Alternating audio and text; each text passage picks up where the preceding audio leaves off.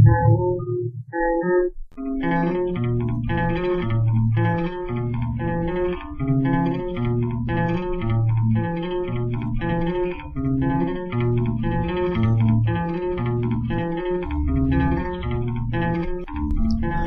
unang paglintig ng pulso sa puso, pulang araw ang buhay sa universo ng laman.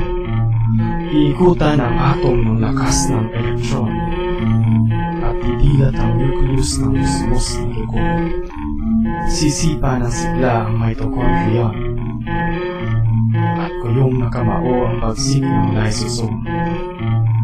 Sasabay sa indakathimik ng dibdib ang mumunting sayaw ng mga kromosome. Ano ba't kung may hiblang bumaba o kumapal? O kaya naman ay may hiblang lumapis? Tutulis ang mga ngipin at hahaba ang kuko.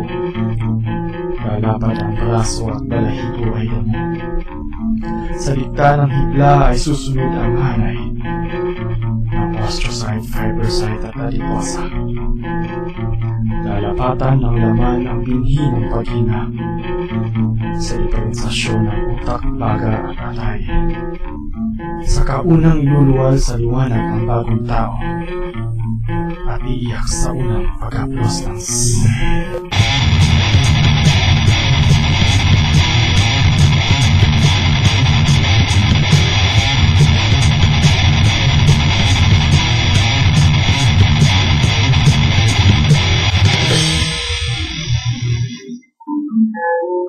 sa kaunang huhugot ng hangin ng bronchus na wala pang kilalang hanggang hininga.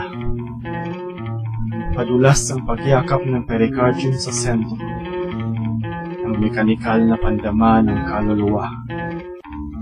Ihele ng duyan ang pagsipol ng puso at tuluyan ng dugo sa fossa ovalis, na foramen ovalis sa dibdib ng fetus.